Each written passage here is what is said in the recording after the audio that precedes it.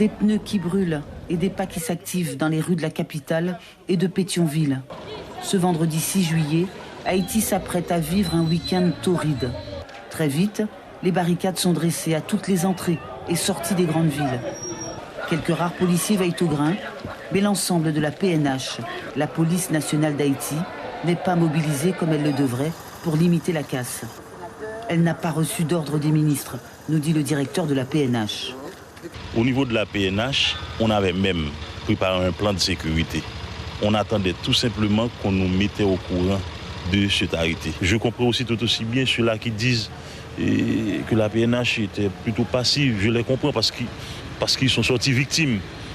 Ils n'étaient pas non plus sur le terrain, mais nous autres, nous avions été sur le terrain. On a vu et on a fait ce qu'on a pu. Les scènes de violence se sont répandues à la vitesse de l'éclair, ajoute le chef de la police. 15 000 policiers pour un pays qui compte près de 10 millions d'habitants, c'est peu. Les moyens manquent cruellement.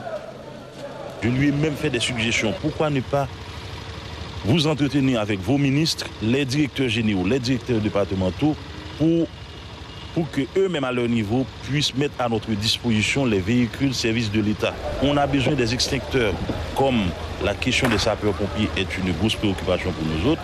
Si on a des extincteurs dans chaque patrouille, donc on pourrait éteindre les pneus enflammés.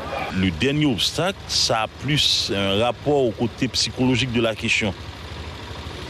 Mes éléments n'avaient pas encore reçu le chèque de paye. Encore un reproche fait au gouvernement.